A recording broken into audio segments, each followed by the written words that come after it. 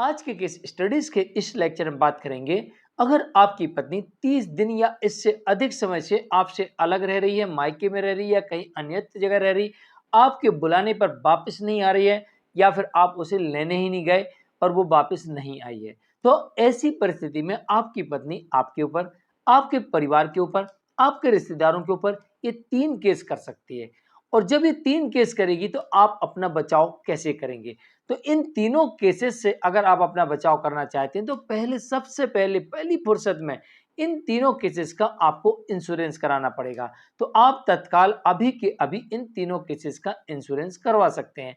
अब आपके मन में एक बड़ा सवाल आ गया होगा कि सर केसेस का इंश्योरेंस कहाँ होता है? तो चलिए आज के स्टडीज के इस लेक्चर में आप अपने बचाव में इन केसेस का इंश्योरेंस करवा सकते हैं।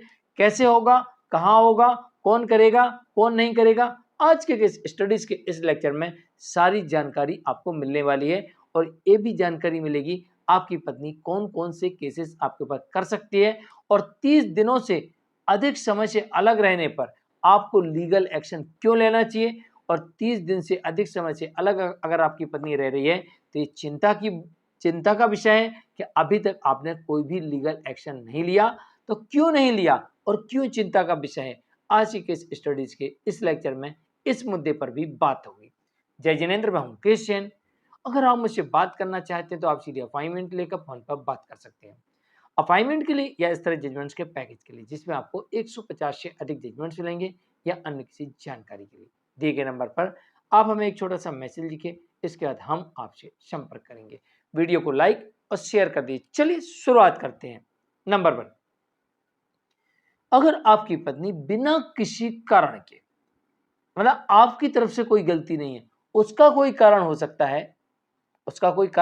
है, जैसे अडल्ट्री में पकड़ी है, कुछ भी एक्स वाई जेड, आपने या कुछ गलत कर रही थी, आपने बोल दिया, कुछ कह दिया, या उसके घर वाले गलत कर रहे थे, या फिर उसका जो भी रीजन हो, या उसको आप में इंटरेस्ट नहीं है, आपके साथ नहीं रहना, तो इसमें आपकी तरफ से कोई गलती नहीं है, उसकी हो सकती है। तो इसको हम कहते हैं बिना किसी कारण के आपकी पत्नी आपसे 30 दिनों या इससे अधिक समय से अलग रह रही है और वापस आपके बुलाने पे नहीं आ रही है, आपने लाख प्रयास कर लिए तो भी नहीं आ रही है, या फिर आप लेने ही नहीं गए, लेकिन आपकी गलती नहीं है और वो बिना किसी कारण के अलग रह रही है, वापस नहीं आ रही है, तो ऐसी स्थिति में आपको तत्काल लीगल एक्शन लेने की आवश्यकता है। क्योंकि जितना ज्यादा समय जाएगा उतना ज्यादा पति और उसके परिवार के लोगों का पक्ष कमजोर होते जाएगा और फिर कहेंगे साहब हमारे फेवर में कानून नहीं है, हमारी कोई सुनता नहीं है। तो सबसे पहले आपको इसी बात पर फोकस करना है। अगर आपकी पत्नी 30 दिन या अधिक समय से बिना किसी कारण के अलग रह रही है, तत्काल आपको लीगल एक्शन लेने की आवश्यकता है। अगर कोई उसका कारण है तो लीगल एक्शन में वो कारण भी देखा जाएगा और उसको निपटाया जाएगा, लेकिन आपको एक्शन लेने की आवश्यकता है। तो सबसे पहले आप क्या काम करेंगे, आप अपनी पत्नी के खिलाफ एक दाम्पत्य पुनर्स्थापन का केस फाइल करेंगे कि भाई वो आ जाए। और आपने देखा आपकी पत्नी रीमैरिज कर चुकी है या आप पे अत्याचार करती थी या फिर अडल्ट्री में है, अफेयर है, हम उसको नहीं रखना चाहते, उसने कोई धोखा दिया है आपको या फिर किसी प्रकार का उत्पीड़न शोषण जो भी किया है और इसका आपका प्रूफ है, तो आपको लीगल एक्शन इस कंडीशन में भी लेना। आप सीधे डिवोर्स का केस फाइल कर दीजिए। मतलब या तो आप उसे छोड़ने के लिए केस फाइल करिए या वापस बुलाने के लिए केस करिए, लेकिन आपको तत्काल ये केस आपको फाइल करना, एनी कंडीशन करना है। नंबर 2, अब इसके अलावा आपको एक केस और फाइल करना है। जैसे शादी के दिन से लेके आज दिनांक तक आपके साथ क्या क्या हुआ, आपको धोखा दिया, आपके साथ मारपीट हुई, आपकी हत्या का प्रयास किया गया, आपको गुमराह किया गया, आपके घर में रखा हुआ जेवर रुपया पैसा गायब किए गए, आपके घर में तोड़फोड़ की गई, आपको पिटवाया है, पीटा है, गाली गलौज किया है, डराया है, धमकाया है, एक्स वाई जेड, शादी के दिन से आज दिनांक तक आपके साथ क्या क्या घटित हुआ, आपको इसको एनालिसिस करना है। आपके पास कौन से गवाह हैं, कौन से सबूत हैं, और इन सारी चीज़ों को लेके आप जो दाम्पत्य पुनर्स्थापन के सेक्शन 9 के केस में गए थे, आप यही सारी चीज़ें लेके आप डिवोर्स के केस में गए थे। ध्यान रखिएगा, जब भी आप पत्नी को वापस भी बुलाते हैं या उसे आप छोड़ने का केस करते हैं, उनमें सारी डिटेल्स होनी चाहिए। बहुत सारे लोग गलतियां करते हैं, पत्नी को वापस बुला रहे हैं तो इसमें कुछ नहीं लिखना, नहीं, आपको सब कुछ पूरा विवरण लिखना है। हम बुला रहे हैं, उसकी गलतियों को माफ कर रहे हैं, लेकिन फिर भी हम उसमें पूरा विवरण लिखेंगे। कोर्ट की नॉलेज में हर बात आनी चाहिए।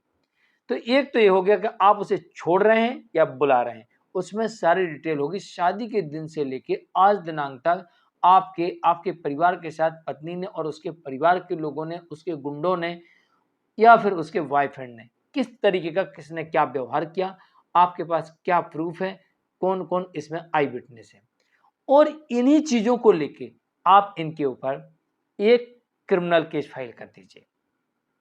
क्योंकि ये आपके ऊपर केस करेंगे, एक क्रिमिनल करेंगे, एक कंपल्सेशन के लिए करेंगे और एक मेंटेनेंस के लिए करेंगे। तो ये आपके ऊपर 3 केस करेंगे, कभी भी कर सकते हैं। ज्यादातर मामलों में 2 या 3 केस अक्सर होते हैं, किसी में तो 5 केस भी होते हैं, इसलिए हमने 3 ही लिया सेंटर पॉइंट। तो ये कभी भी कर सकती है। पत्नी के पास में एक लंबे समय तक ऑप्शन होता है कि वो कभी भी पति और उसके परिवार पर केस कर सकती है। तो यहाँ पर पति और उसके परिवार के लोग तत्काल शादी से लेके आज दिनांक तक उसके साथ क्या क्या हुआ है, तो चाहे वो डिवोर्स का केस करें, चाहे सेक्शन 9 का केस करें, उसके साथ आपको ये आपराधिक मामला भी दर्ज करवाना है। इसके साथ साथ आपके परिवार में जो भी महिलाएं हैं, वो घरेलू हिंसा का केस भी फाइल करवा सकती हैं। अगर उनके साथ में किसी प्रकार की घरेलू हिंसा हुई है तो वो अपना घरेलू हिंसा केस भी फाइल करा दें। अगर आपकी पत्नी ने आपको बदनाम करने के उद्देश्य या उसके घर वालों ने बदनाम करने के उद्देश्य से सोशल मीडिया में आपके फोटोग्राफ्स प्रयोग किए हैं, आपको गलत तरीके से प्रसारित किया है, तो आप ऐसे में आईटी एक्ट का भी केस अलग से फाइल कर सकते हैं और इसी क्रिमिनल केस में भी फाइल कर सकते हैं।